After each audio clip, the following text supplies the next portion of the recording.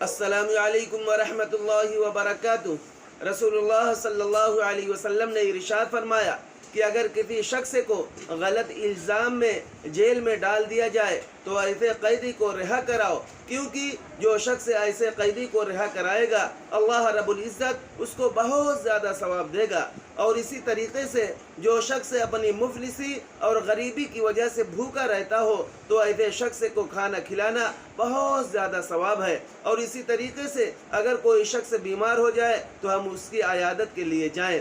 حضور پاک صلی اللہ علیہ وسلم نے ارشاد فرمایا کہ اگر کوئی شخص یتیم کے سر پر ہاتھ پھیرے گا یعنی یتیم کی کفالت کرے گا تو اللہ رب العزت اس کو ہر بال کے بدلے میں اللہ رب العزت ایک ایک نیکی عطا فرمائیں گے۔ اللہ رب العزت ہمیں اور آپ کو حضور پاک صلی اللہ علیہ وسلم کی ان قیمتی باتوں پر عمل کرنے والا بنا دے۔